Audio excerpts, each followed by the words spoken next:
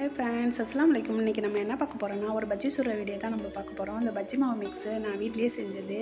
வாழைக்காவை இதேமாரி நீட்டாக அரிஞ்சு நம்ம பஜ்ஜி மாவை குழச்சி நம்ம பஜ்ஜி சுட போகிறோம். இந்த பஜ்ஜி மாவு மிக்ஸை நம்ம எப்படி செய்கிறதுன்னு நம்ம ஃபுல் வீடியோவில் போட்டிருக்கோம்.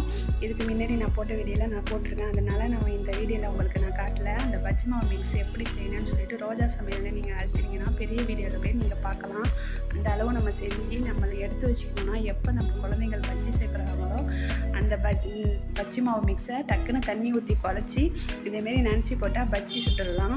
உருளைக்கிழங்கு, வாழைக்காய், கத்திரிக்காய், பச்சை மிளகாய் எது வேணாலும் நினச்சி போட்டிங்கனாக்கா நல்லா புசு புசுன்னு வீட்லேயே சூப்பரான பஜ்ஜி ரெடி ஆகிடும்.